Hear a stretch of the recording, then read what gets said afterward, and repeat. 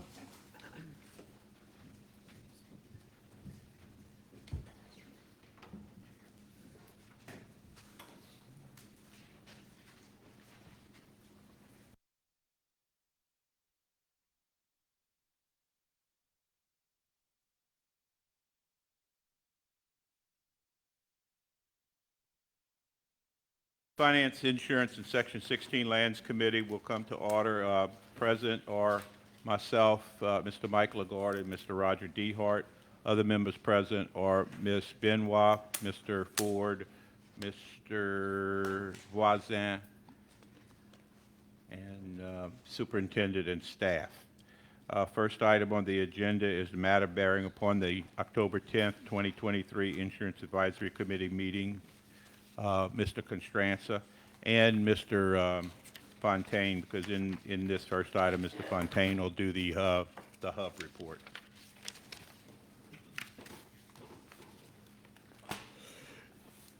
The Insurance Advisory Committee was met on October 10th.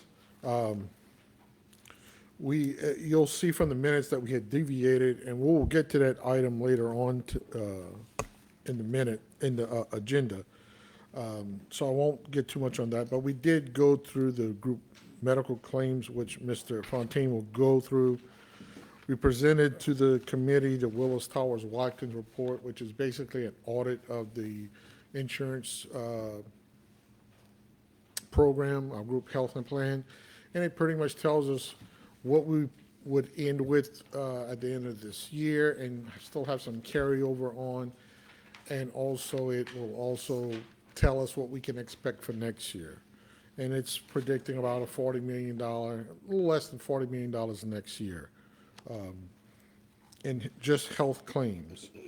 And then we will go on to the rest of the agenda, which will be renewing our request for stop-loss insurance or reinsurance. And Mr. Fontaine will also speak on that. And we will also look at renewing our contract with HUB. I mean, not with HUB, but with Health Comp, which used to be called Gilsbar, and UMR.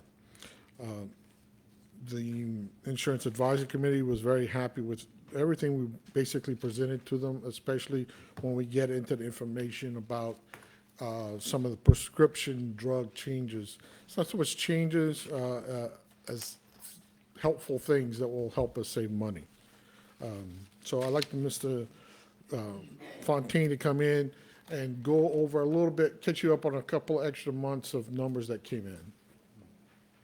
And before Lynn starts, I want to point out, go ahead, Lynn. Ms. Joan Moise Grow now is president, a member of our Insurance Advisory Committee. Thank you for coming, Joan. Good evening, everybody. Glad to be with y'all. The first page in the handout gives you a group health plan summary analysis. Last time we met, costs were up some 7.7%, so summer months have added some additional cost. If you look at the bottom, our percentage increase right now is 8.9%. From a participation standpoint, we're stable. The key point to know there is that on the active UMR side, we're actually down 2.1 from 2675 to 2618. On the Medicare Advantage plan for eligible retirees, we're actually up 2.1%. And so that kind of puts us a little flat. We're down participation-wise just a little less than 1%. You see our total gross claims between 18,236,946 of medical and 11,583,621 on the prescription. We're at 29,820,000. We've received 200,000 in reinsurance reimbursement. More coming. Pharmacy rebates at 2,782,000. Our pharmacy rebates are up some 180.6%. So really good increase on that, bringing our net claims to 26,838,000. We add our fixed cost to that of 1,399,000. Giving us our total UMR health comp cost at 28,237,000. We add our retiree Medicare Advantage and the pharmacy cost. That's another 1,838,000. So right now we're right at $30 million of plan costs through September. 8.9% increase. That increased a little bit from the last quarter I presented to you, or last couple of months I presented to you. But that's predominantly increased utilization from the summer. I do think that that's going to come down. Also, some of the we've got high cost claimant that surpassed our reinsurance, so we're going to get some of that back, and we have an additional rebate coming in for the end of the year. So I do foresee that we'll end the year in a little bit better spot, but we've had a pretty significant uptick in claims over the summer months, which is to be expected. We are seeing it starting to calm down in the last couple of weekly claim runs. Material behind that, just more supporting that summary of claims. Any question on our data? Moving forward to the next is your group health fixed cost renewal analysis there. And the first piece of, well, I'll make this simple for you. You really have two cost components in your health care plan: fixed cost and claims. What is fixed cost comprised of? Fixed cost is we have to have somebody to process and the claims, provide us a network, case management, all of the components that are involved in administering the plan. The other piece of fixed cost is the insurance protection that we purchased in the event of a high-cost claimant, okay? And that deductible right now is $425,000. I've already told you we've got $200,000 paid in this year and expecting some more. We've got a high-cost claimant that surpassed the $425,000, and that will continue into the next year. Reinsurance is more like a property and casualty type of product, in that it's protect the plan and more of the unknown. With the new drugs that are coming out of the pipeline and the FDA, some of them 7 figures a year, and some of the new treatments out there, reinsurance has become more and more important. wasn't too long ago that we all had $1 million lifetime major medical policy. Now we are insured under an unlimited lifetime because we need to be, because there's procedures out there that cost $4 and $5 million a year. Okay? So reinsurance is very important. Beginning this year, and obviously we're going to shop the reinsurance market from head to toe. The reason you've not seen many other companies offer a proposal in recent years is because the manual rate of those companies is more expensive than what we're paying, and we've been negotiating this down and had a below manual rate with our current carrier, HCC, for quite some time. It's highly unusual to keep a reinsurance carrier for this many years. We've had the same underwriter for over 15 years, so we're very, very fortunate in that manner. When we originally got the renewal, it was a 5% increase, but they were wanting to laser this high-cost individual at $500,000.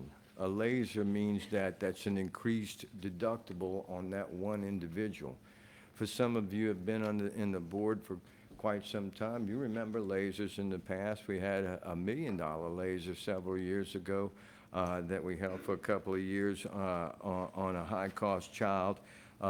This particular year, I'm going to give you the opportunity to remove lasering from the plan. I'll explain that to you in just a minute here. We were successful in negotiating that laser away, so the revised renewal at 5% with no laser, that automatically saved us $50,000 because that claimant would have easily hit that 500. So actually saved us $550,000 there. The last column is a revised renewal with a no new laser and renewal rate cap. So what does this mean? This means that contractually at renewal, even if we had a $2 million hemophiliac in the group, they can't come back to us and say, here's your $450,000 deductible renewal, but on this one particular individual, we're lasering them at $2 million, okay? So this provision precludes the reinsurance company from issuing a laser at renewal. The second piece of that is they could not issue a laser, but could give you as larger increase as they want, okay? We could give you a 300% rate increase to combat that new risk of that high-cost claimant. The industry also offers a rate cap. The lowest rate cap you can buy is 50%, okay? This includes a no new laser provision and a rate cap, okay? It takes the increase from 5% to 11.5%. That difference in 5% and 11.5% is only $35,158 annually. I think that is a strong, strong recommendation to provide that kind of protection to your reinsurance. Reinsurance is what keeps us the financial integrity of the plan, because we never know when we might get diagnosed with a seven-figure claimant or a multiple seven-figure claimant. I've had cases with $4.5 million claimants in 1 year, double transplants, things like that. So it gives us an opportunity for very little difference in cost to provide a lot more protection in the future. So we recommended and the committee voted to on the revised renewal with the no new laser provision and rate cap. This, Explain again what lasers are. so Kind of give an example. when an underwriter looks at, or any of these underwriters are looking at providing you a reinsurance proposal, they're getting full claims detail on the entire group, and they're going to look at the high-cost claimants and take a look at what their exposure and liability is. And lasering has been around for decades, and so what happens is at renewal, when they offer their proposal, here's your rate for your $450,000 deductible, But on this one individual that has these high-cost claims, laser's just a term for an increased deductible on that one member. Just for the one member. And it gets progressively higher. Not necessarily, it could be for 1 year. In some cases, if you read the case notes and do a lot of studying, in some cases, it's better to take a laser, because when you read the case notes, you might not have that particular claim, and the underwriters are padding themselves high. With this particular claim, and it's a prescription drug, it's going to happen every month. It's not hard to say whether it is or it isn't, so the risk is obviously there. Our negotiation was based on the fact that you've been with them for a long, long time, and they've had good years and bad years, okay? And we may add it all up, okay? I asked them to remove the laser, and we got that accomplished, nor did any carrier want to give you a no new laser provision with a rate cap. At the end of the day, we were able to negotiate that. That was also based on the longevity of having this contract with you, with HCC and the same underwriter for a long period of time. So I'm super pleased that, you know, most renewals and reinsurance right now are double digit, okay? Because of all of the new procedures and medications out there, the risk is a lot higher. So we kept it down to a minimum there. We removed the laser and also got that provision into the plan, which gives us a lot of additional protection going forward. Yes, sir. So this removal of the laser, the 6.5%, which you said was $35,157.60. Is that guaranteed for 1 year, 3 years, 5 years? 1 year. Reinsurance is always a 1 year So deal. it's always 1 year. So next year, we can potentially go back to just having that 5% instead of the 11.5. If we, let's say our claims are down, we can negotiate that with them, or do they tend to trend up? There's such a thing as a rate decrease. If your claims picture changed and you know, we had a downturn in claims and a very clean outlook of high-cost claimants, your rates could go down, yes, sir. I would never recommend removing the no new laser or rate cap provision, but we're going to market and negotiate hard every year.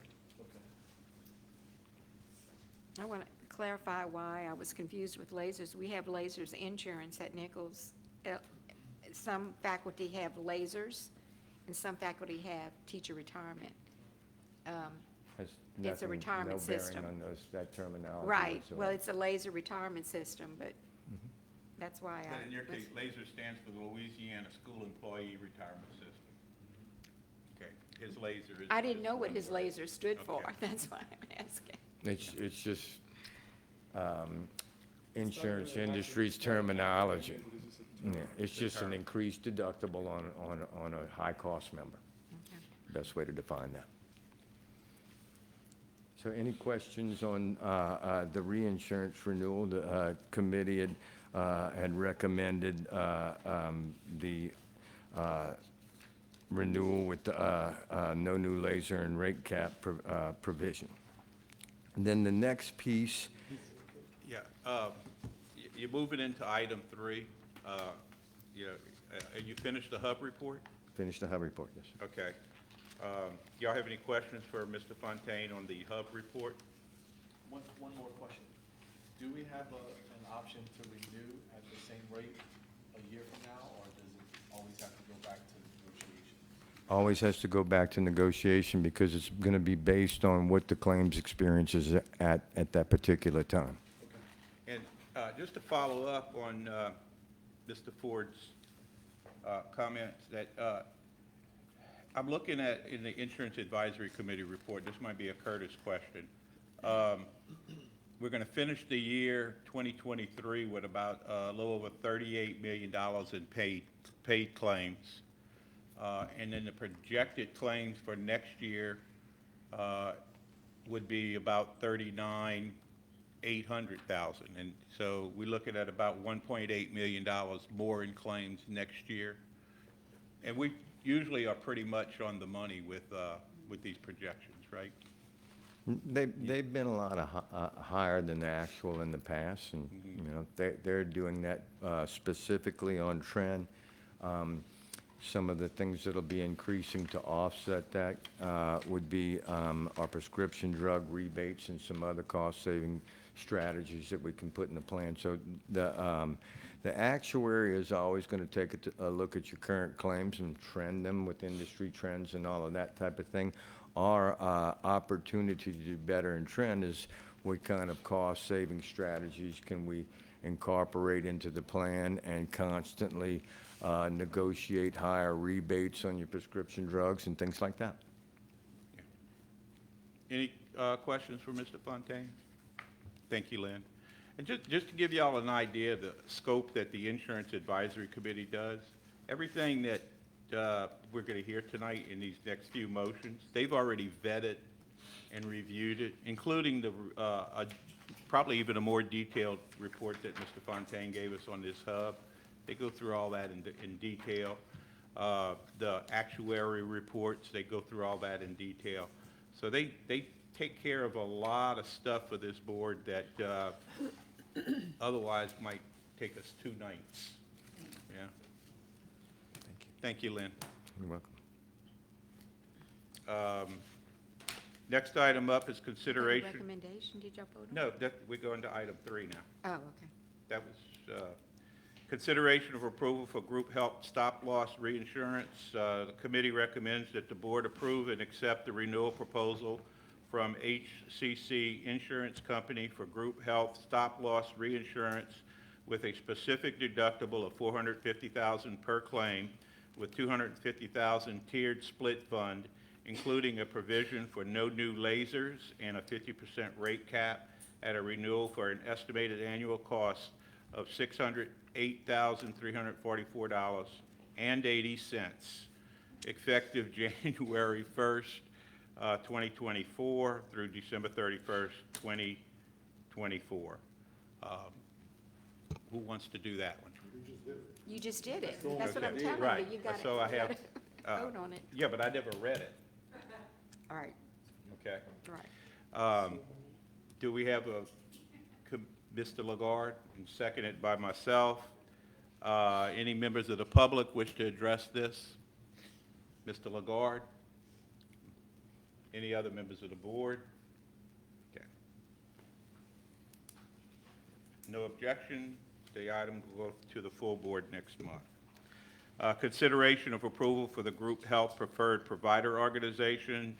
The committee recommends that the board approve and accept the proposed fixed cost renewal from Health Comp, formerly Gillsbar, and United Healthcare for the Terrebonne Parish School Board Group Health Plan for an estimated annual cost of $1,278,900, effective January 1st, 2024. Moved by Mr. Lagarde, seconded by myself. Do we have anything to add on this? There is a small increase in it, but if you,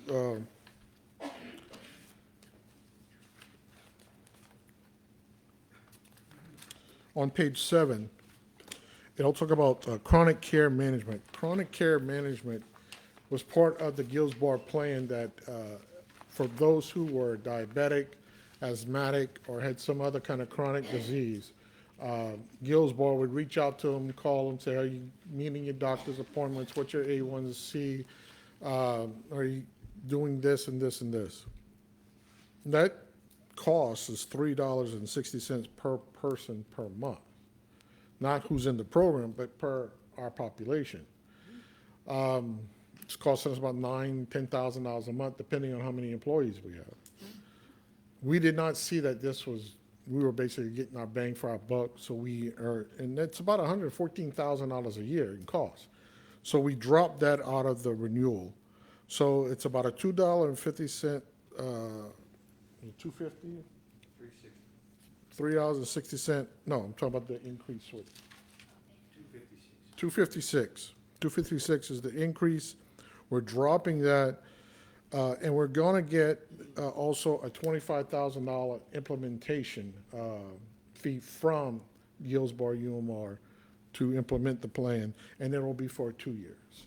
And that's where we get the number 278. Well, on yours it's 1.253, and that's because they took out the 25,000 implementation. So that's money they're gonna give us credit for. And then in 2 years, they'll charge back to us, It's a one-time one time? credit, like we had when we implemented the, I know what okay. you're saying. so that's it. Any other members of the public wish to address this? Mr. Lagarde? Any other members of the board? I just have a question. Ms. Benoit? The chronic care management, people that do require chronic care will still be able No, to they'll get that? they'll get the care. It's just, it was basically someone calling them up and checking up on them. Are you going to the doctor? What was your last A1C? If they're diabetic, we have them in the diabetic program also. That's what I was wondering, because I thought that would be No, the it's diabetic. basically a phone call, and quite frankly, half the time, people don't even answer the phone. We did not see that this $9,000 or $10,000 a month was giving us any bang for our buck. I think it's a smart move. And we're gonna take that money, and we're gonna talk about it later on. Okay. Any objection? Hearing none, the motion passes. Item 5, consideration of approval for wellness program for Terrebonne Parish School Board Group Health Plan. The committee recommends that the board approve and accept the proposal from Terrebonne General Health System for an on-site wellness program with an estimated cost of $120 per person beginning January 1st. Moved by Mr. Lagarde and seconded by myself. Go ahead, Curtis. Yes, sir. This came up, the superintendent had asked me about wellness, and although we do have a wellness program built into our plan, about 35% of our population takes part of that wellness program. Basically, it covers testing, basic blood tests, and a doctor's visit. Now, 35% sounds low, but actually industry-wide, that's pretty good. But we'd like to see better. So superintendent had asked about like a Sterling or something like that program, where you have like a health fair or something like that. And you can have something like that, but we were kind of, okay, what can we really do that would be significant? Right now, a few years ago, several years ago, we had a flu epidemic prior to COVID. We had teachers out all the time, we had students out all the time, and that's when Mr. Moore and Mr. Martin decided we were going to give everybody flu shots on site. And since then, that's helped out a lot. However, we're thinking along the same lines of that. And Ms. Brunet is going to come up and explain to you, we sat down with Terrebonne General, and we went with Sterling, and we negotiated all kinds of things. In the end, what we're going to have is this. We're going to have a registered nurse and a phlebotomist come to each school, and they're going to sit with each teacher for 15 minutes, and they're going to do a health history check, they're going to do blood pressure check, they're going to draw blood. It's voluntary. Just like the flu shot's voluntary, this is voluntary, and it's going to be 100% free to the employee. And it's going to take some creative implementation and scheduling for this to happen, but they're going to be here, they're going to be at South Terrebonne, they're going to be at Mulberry, they're going to be at West Park, they're going to go to every site, and any employee who wants to participate can. The reporting, since we're going to go with Terrebonne General, will be, they'll have their My Chart, it'll be on their My Chart, and if it's they find out they're diabetic or something, they're going to call them. And Ms. Brooks is going to go over what's going to be included in that blood panel and how much it costs and what benefits we can derive from it.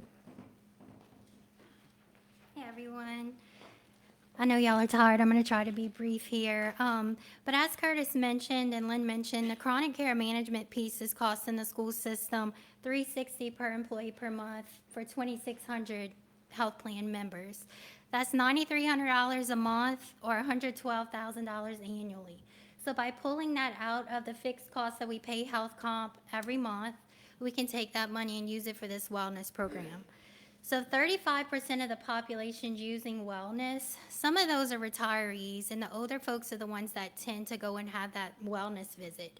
The active employees that are working and teaching on site are more likely the ones that are busy. You know, they're teaching every day, they have kids at home. Those are the ones that say, I don't have time to have my wellness. So what can we do? We're gonna bring it to them. So Terrebonne General had the best offer out there. They are a vendor that you guys use locally for the diabetes education, so your employees are familiar with them.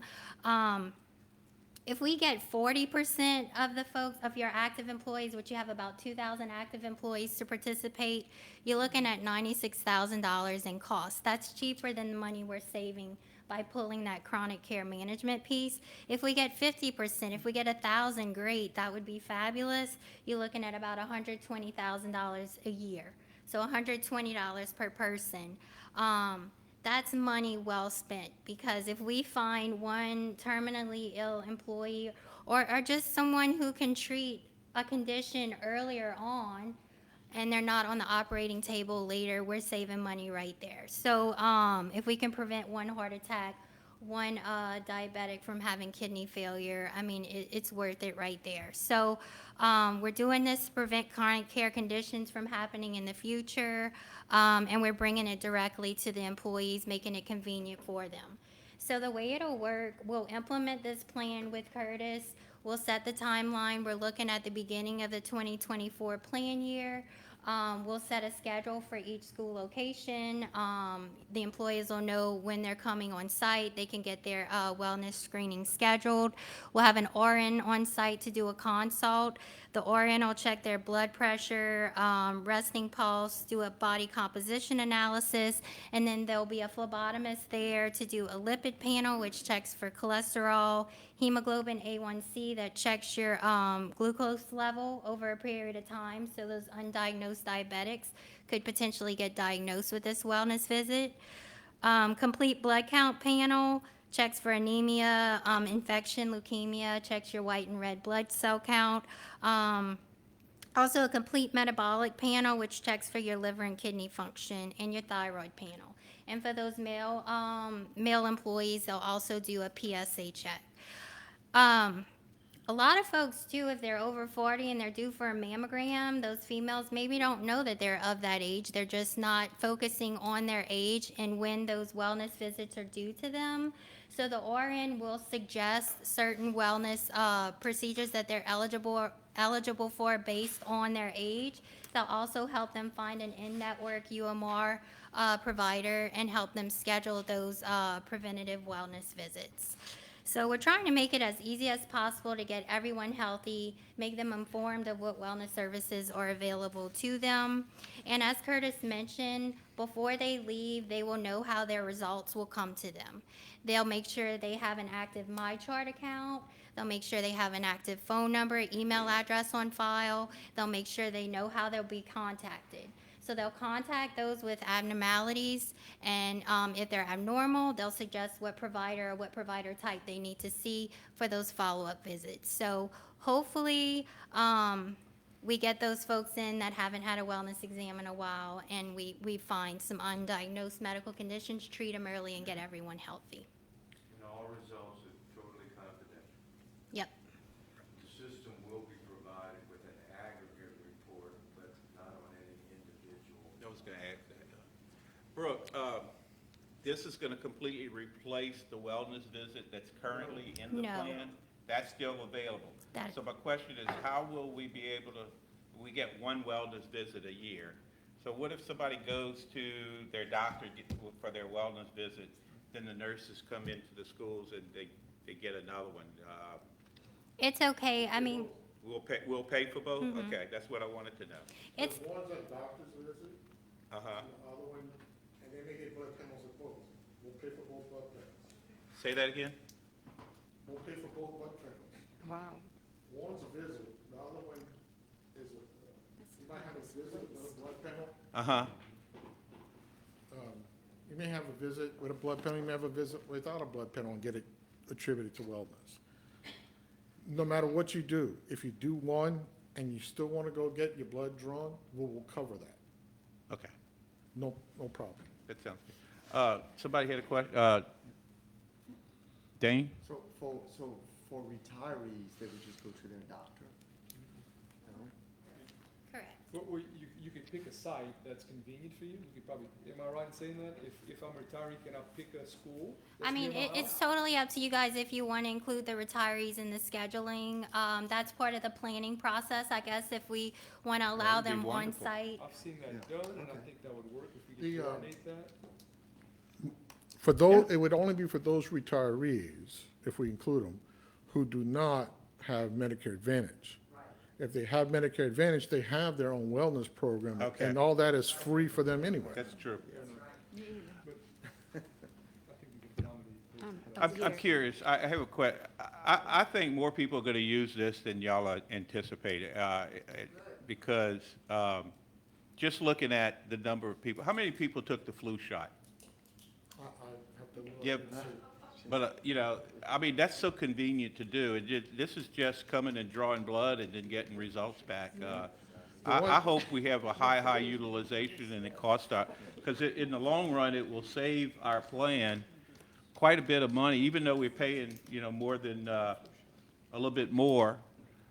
If we could prevent somebody from coming, you know, It's available to people now, but only 35% of people are right, because they using got to it. go to the doctor. If everybody went, we paid it anyway. Right. So we're just trying to find a way to get more people to participate. And if there's some crossover, then there's some crossover. Okay. One thing I want to add, though, on the PSA test for men, it's an extra $18, which we cover. We wanted to do, there's a blood test that helps check for breast cancer, but that was just too much money, and it also has a high false positive rate. So we decided to leave that panel out, because we also do cover at 100% mammograms, which is what we really encourage ladies to do. Ms. Moise, you want to come up and add something? Just about the Medicare Advantage plan, we're covered, and it would cost the school system more if we did this, I think, because we're covered anyway. And I think it's best that those people who are UMR, who are not on Medicare Advantage, who are retirees, that would be great for them to do this. But those of us who are on Medicare Advantage, it wouldn't make any difference, really. Actually, we're fine like we are, we have our own providers. Thank you. Mr. Ford? So just to be clear, it's $120 per person, and you're saying if 50%, roughly 1,000 people, 1,000 times 120 is 120,000. But is this once a year? Twice a year? Once a year. So- We're hoping to start this at the end of January, beginning of February. And for most people, you know, you get a one year, every year, a wellness visit. There's no need, unless something's found, that they continue getting blood panels done. So is there any need to have language in the motion or the recommendation to have the word annual or yearly? Well, this is Explain it like I'm a fifth grader. the thing is, the contract we're gonna deal with is for 1 year. It's for the calendar year of 2024. Probably around this time next year, we will renew those. They might renew it the same cost, or they may want to go up. So we'll have to look at it at that time. So the contract's only good for 1 year at these prices. It would only be offered at each school once a year. So, I mean, and if a person has a provider and goes to get their wellness checkup with their doctor, that's in addition, they'll get that. But it's only gonna be at each school once a year, that's the idea, so, That's what I needed to know. yeah. Thank you. I have a question. Ms. Benoit? So, I'm thinking that, I'm looking at myself, I prefer to go to my doctor. I trust my doctor, I want the wellness checkup from them and get the blood panel from them. Since we're already saving money, why don't we continue to save money and let the plan pay for the people that want to go to their doctor and get wellness? You still can. I know, but then we're still spending money, you know. what on top what of this that. does is it tries to catch those people who don't do this. We have several people, I couldn't tell you how many, probably don't even have a doctor. And some of them might just use when they're sick, the after-hours clinics. So when you go to these after-hours clinics, they're probably not doing a metabolic test. They're probably not doing an A1C unless your symptoms call for it. This does that, and if something's wrong, we can get them some choices on a primary health physician to look at this. I had asked Mr. Fontaine that exact question on the phone, and go ahead and tell him your explanation on This it. program is nothing more than Get close to trying your mic, find, Lynn. early detection. And so many of the employees, about 35%, are going, take care of all their wellness every year. I mean, when people become 55 years old, and it's time for colonoscopy. That's nothing that you look forward to, but most of us get it done and that kind of thing. This is more for that population that thinks they're bulletproof and then doesn't have the doctor, is not going to get those checkups and all of that. Probably more of, I'm not picking on my gender, but it's probably more of the male population or demographic in the group and a younger demographic in the group. If we looked at that 35% that's utilizing it right now, it's an older demographic, and it's more weighted to female. Obviously, you're a larger female population than male, but think about discovering a cancer at an early stage versus a later stage. Obviously, very good for that person. Obviously, very good for the plan. Diabetes in a pre-diabetes fashion before you become a diabetic. Cholesterol or high blood pressure before you go through the doors of an emergency room and onto an operating table. All of those things, we're trying to capture the folks that neglect to go find out what type of health they're in. I don't think you're going to see anybody really go out there and want to double dip on this.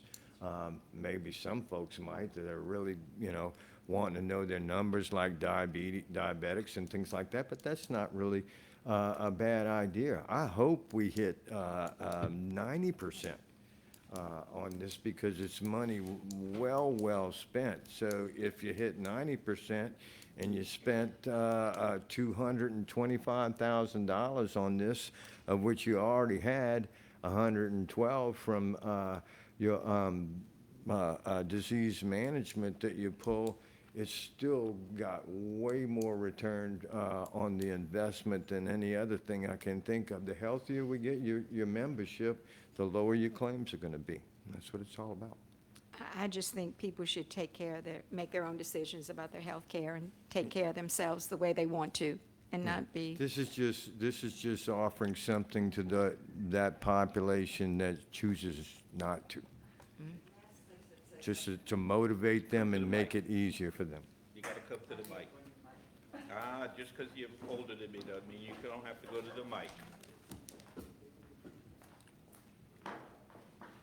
Ms. Benoit, I understand your concern. But those people who are already going to their doctor and getting this wellness checkup, they're not going to be the ones that are going to take advantage of another one that comes to the school. It's the ones who don't go to the doctor, who aren't going to go to the doctor, who may not have a doctor because they just don't think they need it. They're the ones we want to catch.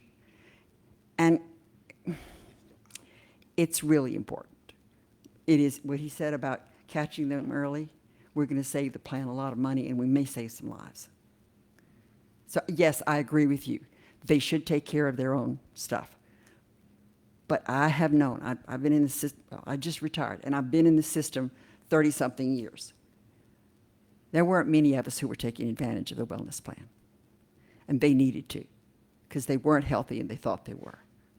That's what we want to catch. That's what we want to stop. That's where we want to save the plan money, save their lives. And it's important. Do we have a plan for exercise or paying for a healthcare facility to, Curtis, you, I know we've talked briefly about that, but nothing definitive. One of the good things about doing this with Terrible in general, Thank you, Jim. is we're hoping to parlay this, because they're building a health facility out there by 311. And we hope to, as our relationship grows with them in this, that we can add that to it. Mr. Ford? So that was one of the ideas that whenever you guys were reading this, that I was thinking, oh man, a wellness center like we have at Nichols and Thibodeau. But maybe you can negotiate 100% enrollment of all employees if we can have $120 a year for that wellness center. That would be outstanding. It's just like Planet Fitness, $10 a month, if we would enroll Well, our employees. it would of course go up for 120, but depending on the price, and hopefully they're not watching here, because that's a secret thing we're thinking of behind our My blacks, is fault, that I was joking. we would, when we go time for renewal and they start construction, which I don't know what that timing's gonna be like, that we would include that. That is something down the road we would like to see happen. Outstanding, thank you. Mr. Voisin? Would that possibly include massage therapy? Might as well throw it in there. You're not the first person to ask that, but we're working on it. I will just tell you, it takes about a year or so for something to come to fruition, because we've been working on this for a long time. Okay, great. Keep working hard. Anybody else? Any objection? Hearing none, the motion passes. Patient Assistance Program with Script Care. Curtis? If you turn to the last page of your book, it talks about a company called RX Valet. RX Valet is in partnership with our PBM, our Pharmacy Benefit Manager, Script Care. The first 2 weeks of October, we spent over $690,000 in prescription drugs.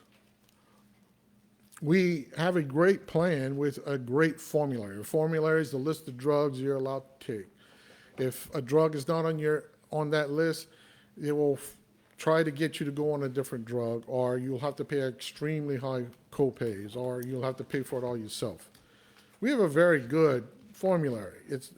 I mean, everybody's got something that they would like to add to it. I mean, but you have to cut the line somewhere. With our costs, almost 40%, that means 40 cents of every dollar we send out goes to prescription drugs. That's way too high. And before we tell people you can't take this drug, or you can't take that drug, or try this other drug, even though that one's working, we want to try different things. And RX Valet is one of those things we'd like to try. So the way this will work is this. In fact, Mr. Ogeron was in my office. When I looked at that $690,000 report from Script Care, there was one drug, one prescription, $15,000 that we paid. Now, the patient, the person on the drug, paid $100 because it's a specialty drug.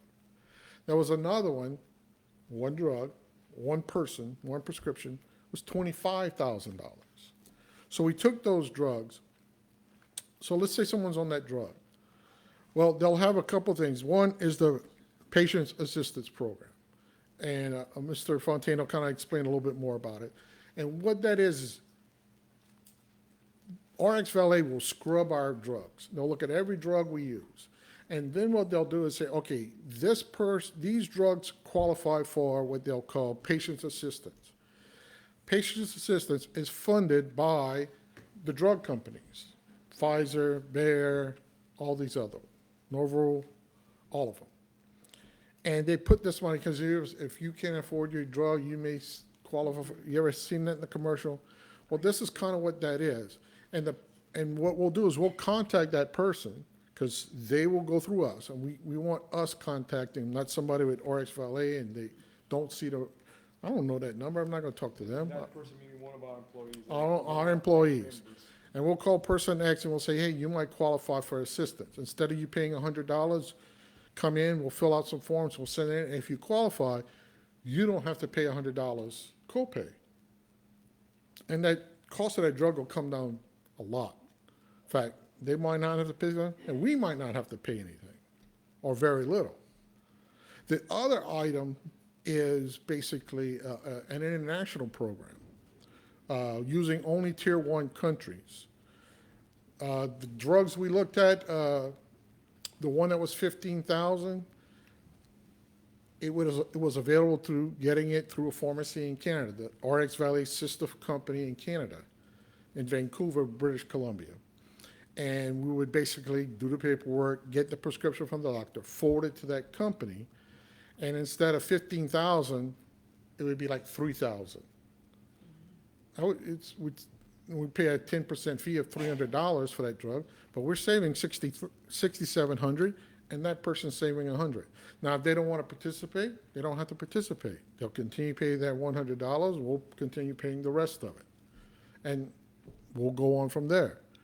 And we looked at another one. The $25,000 one came down to $10,000. We pay 10% of that as a fee. The other person doesn't pay anything at all. So $11,000 is a lot cheaper than $25,000. I don't have the number. Mr. Fontaine can explain it a little bit better and also tell you what we expect to save if everyone participates. So RX Valet is a cost containment vendor. Several different PBMs across the country use them. You've heard these statistics quoted to you before, but this is updated version of it. Your top 10 medications, they're 3% of your prescriptions. They are 1/3 of the total cost of your prescription drug claims. 10 medications, 3% of your prescriptions driving 1/3 of the cost. Top 25 meds, okay?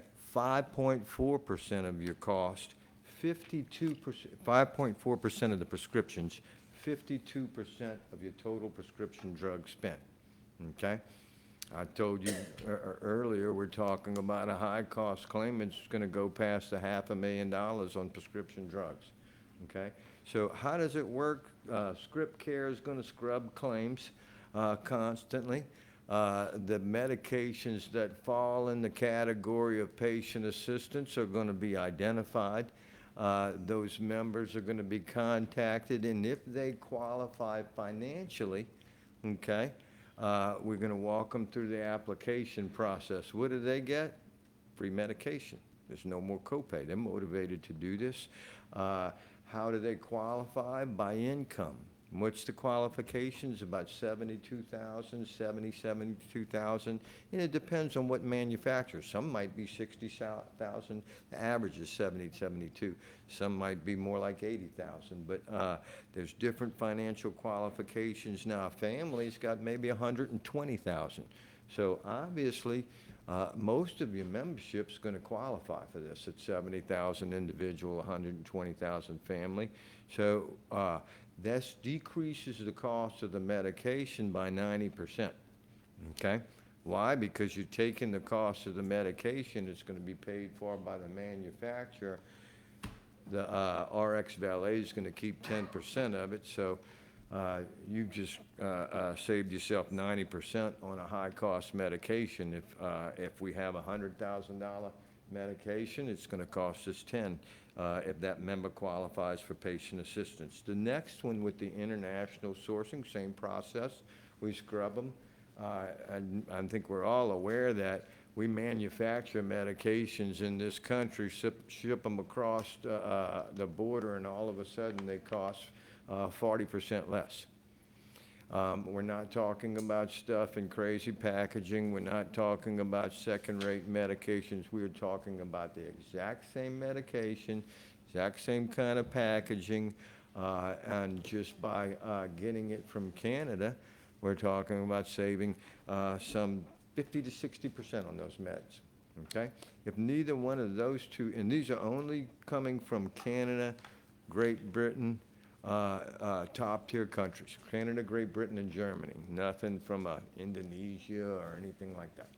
The third source is just, if those two don't work and they don't qualify, is just a copay assistance plan, where the manufacturer kicks in some of the copay and it saves them about maybe the group 10-20% on the cost. So we start out by trying to save the maximum through patient assistance, then the international sourcing, and then the copay assistance program. How much could it save the plan? It's got potential to save the plan a couple of $3 million annually. Why? Because you're only talking, well, first of all, you're only talking about a segment of your population of about maybe 3 to 5%, okay? So it's not going to be a broad communication campaign. We contact these folks individually, we bring them in here, we hold their hand going through the application process. Why do we want to do that? If we did it in a different manner, and just if RX Valet send them an envelope in the mail, chances are it's going in the garbage can. Nobody ever makes an application, we never make any savings. Had Curtis and his department not gotten involved in that way from a Medicare Advantage standpoint, we would not have saved near the money on Medicare Advantage. You would not have near the participation. You wouldn't have near the number of happy retirees that are participating in that plan and have the value-added benefits. So by taking that extra step of the system actually contacting that member, them answering the call, helping them with the application process, we feel like the potential of savings is far greater, because we're going to do the work to make that, get through that application process and get that 90% savings. And all of these, this cost-saving strategy that has the potential to save multiple seven figures does not cost this benefit plan a nickel, okay? There's no fee for this. They take 10% of the savings, okay? So it's a positive, nor does it change the benefit. So what we've been looking for in the last several years from a cost-saving strategy, the last thing anybody wants to do is have to go to an employer with a rate increase. The second and last thing they want to do is have a benefit taken away from them or changed. All of this enhances benefits and gives us the opportunity for some pretty significant savings. Members are sure not going to complain of having their medications delivered to their home for free, because they're paying. And I might add, the $100 copay that they would pay, that's monthly. That's not $1,200 a year That's going from their $1,200 a year. pocket, and we might save $3 million on medication. Mr. Ford, I think you had a question?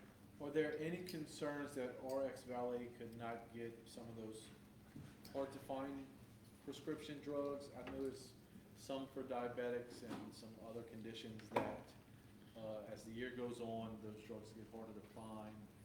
A lot of those medications might not even qualify. These are all of the Enbrels and Stellaras and all of these anti-inflammatories that you see on TV at night that range from $5,000 to $25,000 a month, okay? Along with a number of other specialty medications out there. So that's where your real target is. I have a question. Ms. Bidwell? Is there going to be any delay in them receiving their medication? No. Well, great question. No, so during the whole process, the RX Valet makes certain that they have their medication. So if, let's say it's a new script, okay, and we want to apply for that, we're going to make sure we get them their medication timely, monthly, and all of that type of thing until it goes through, and and even if there's going to be a lapse in time, they'll give them a short supply of that medication to make sure that they're always supplied and never out of that medication. Mr. Hamlin, Ms. Dr. Chauhan?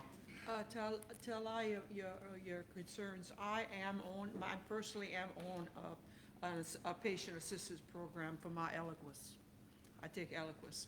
And it was, I don't even know what the price of Eliquis is right now, because I've been paying $10 a month forever because of the assistance program. And, but when I got on it, maybe 5 years ago, it was almost $600 a month for the Eliquis, and that's just one medication. And, I found that, I did it on my own at the time, but it's the same thing he's talking about. And the people at that pharmacy that I use, it's a Mayo pharmacy, specialty pharmacy. I get my medicines by mail, but I can't ask for better service. They're gonna let me know when it's been shipped. They're gonna call me back and see if I've received my medication to make sure it's been delivered in a timely fashion. I don't get that kind of service from my pharmacy in Houma. And it's very good service, and I get it, all I pay is $10 a month for my Eliquis. Yeah. So, That- I love that service. No, it sounds very good, and that's a very good point, and that was kind of what I was thinking about, is the pharmacists here, the local pharmacists. Is that gonna hurt them in any way by These not? are not medications they readily stock, or these are high-cost maintenance type medications. This is not what they're stocking and things like that. They would be paying through the nose to stock those medications, so not cost-effective for local pharmacy. It's all geared towards mail order. Any objection to the motion? Hearing none, well, that wasn't a motion, No, was it? it's information.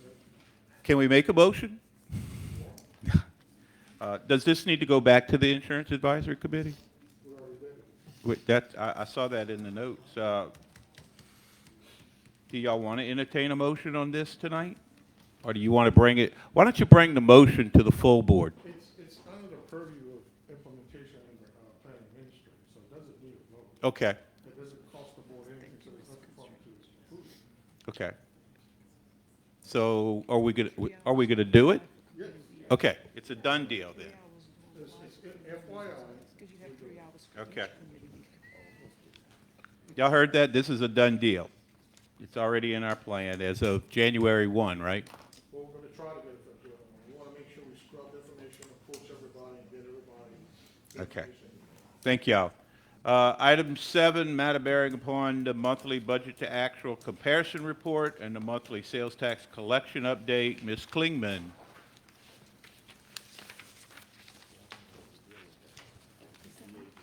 Kim, you still hot?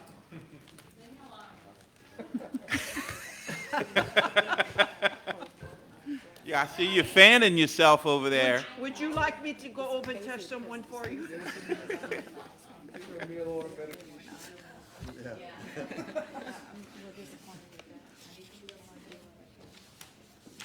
We're ready. Go ahead. Comparing the month of August for sales tax collections, I told management staff yesterday, matter of fact, I've never seen one like this before. It's only $516 difference from year to year, so it's a decrease of 0.01%. So it's almost exact. And then you have your budget to actual comparisons in your packets. Any questions? Okay, motion to adjourn, but I'd like to say, mention one thing. go ahead, Mr. Superintendent Madam Orgeron. Chairman of our committee here, Michelle, this is something separate. Thank you. Thank you, Michelle, for doing cleanup here.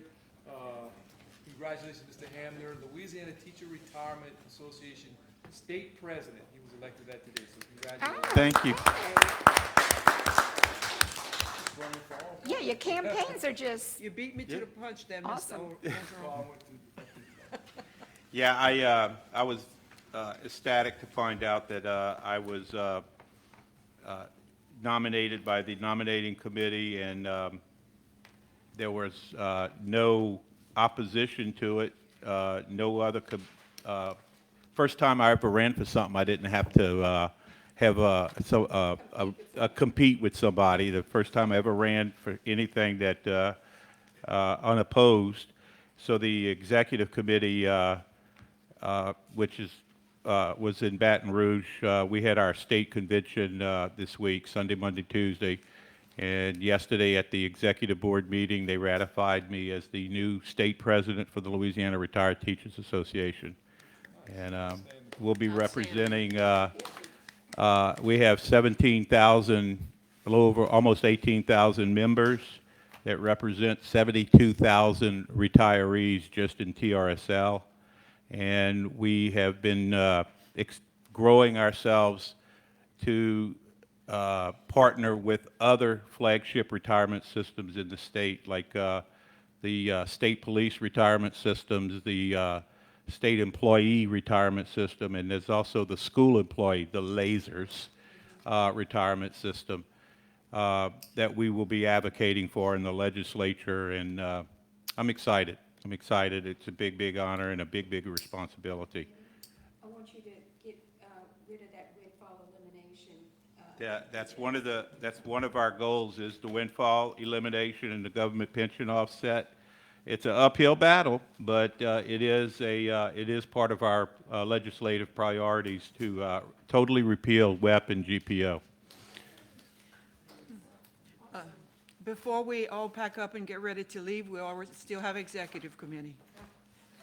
Are we ready, Ms.?